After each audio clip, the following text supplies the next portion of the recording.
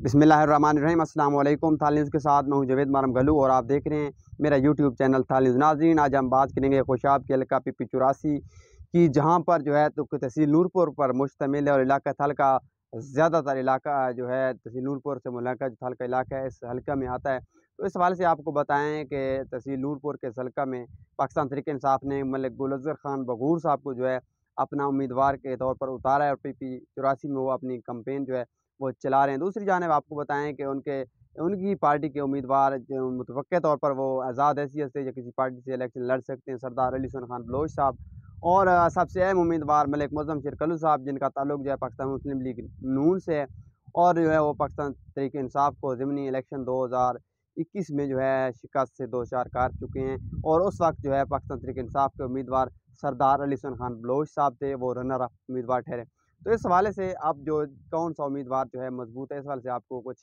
बताएँगे। आपको बताएँ कि सरदार अली हसन खान साहब जो हैं काफ़ी वोट बैंक रखते हैं, लेकिन इस बार पाकिस्तान तहरीक इंसाफ ने उनको टिकट नहीं दिया, जिसकी बुनियाद पर सियासी मुबस्सिरीन और जो उनके करीबी हल्के कह रहे हैं कि वो इलेक्शन में हिस्सा लेंगे और उनका ये कहना है कि उनकी सियासी बका के लिए ज़रूरी है कि वो आज़ाद हैसियत से इलेक्शन में हिस्सा लें, ताकि उनका गिरोह जो धड़ा है वो मज़बूती के साथ कायम रहे और जो है वो अपने सियासत में अपना मकाम ना खोएँ। दूसरी जानिब पाकिस्तान तहरीक इंसाफ के वर्कर्स और गुलज़र खान बगूर साहब का कहना है कि इमरान खान साहब ने जो है उनको अपना नुमाइंदा बनाकर PP84 में भेजा है, जिसकी बुनियाद पर अली हसन खान बलोच साहब को भी उनकी सपोर्ट करनी चाहिए। इस हवाले से आपको बताएँ कि ये दोनों धड़े जो हैं पाकिस्तान तहरीक इंसाफ के, इनकी जो लड़ाई होती है इसमें पाकिस्तान मुस्लिम लीग नून ख़ास तौर पर PP84 में फ़ायदा उठा जाती है और जो उनकी जीत के इम्कानात काफ़ी रोशन हो जाते हैं। इस हवाले से आपको बताएँ कि पाकिस्तान मुस्लिम लीग नून के उम्मीदवार मुअज़्ज़म शेरकलू साहब के हवाले से आपको बताएँ कि वो भी एक नाकाबिल शिकस्त उम्मीदवार हैं। अभी तक 2018 के बाद उनके वालिद साहब जीते, उसके बाद ज़िमनी इलेक्शन 2021 में उन्होंने कामयाबी अपने नाम की और पाकिस्तान मुस्लिम लीग नून की उस वक़्त हुकूमत नहीं थी, उस वक़्त पाकिस्तान तहरीक इंसाफ की वफ़ाक में भी हुकूमत थी और पंजाब में भी उस वक़्त जो है इमरान खान साहब की हुकूमत थी। तो इस हवाले से जो है उन्होंने उस वक़्त की हुकूमत को समझ लें शिकस्त दी थी और इस बार भी है, अगर क्योंकि पाकिस्तान तहरीक इंसाफ के चेयरमैन इमरान खान साहब की मकबूलियत यूँ तो पूरे मुल्क में है, लेकिन PP84 का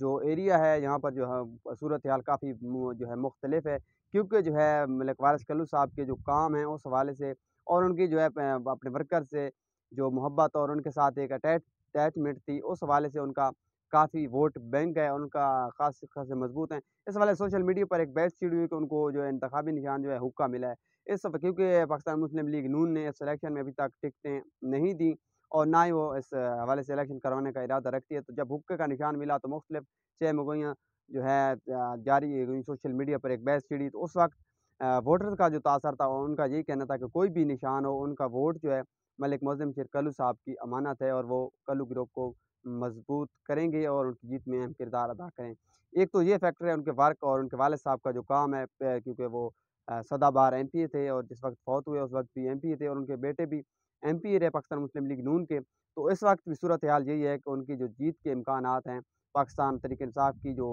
आपस की लड़ाई है उस हवाले से भी और उनके वर्क के हवाले से और उनके वर्कर्स का जो मुत्तहिद होना है जो, वो उनकी जीत के इम्कानात काफ़ी ज़ाहिर करता है। ताहम ये तो आने वाला वक़्त ही बताएगा कि कौन-सा उम्मीदवार जो है इस हल्का PP84 से मैदान मारता है। ताहम अब तक की जो मेरे पास मालूमात और मेरे पास तजिया था आपको बताया, उम्मीद है आपको पसंद आया होगा। मज़ीद ऐसी वीडियोज़ देखने के लिए मेरा यूट्यूब चैनल थाल न्यूज़ सब्सक्राइब कर लें ताकि मेरी हर आने वाली वीडियो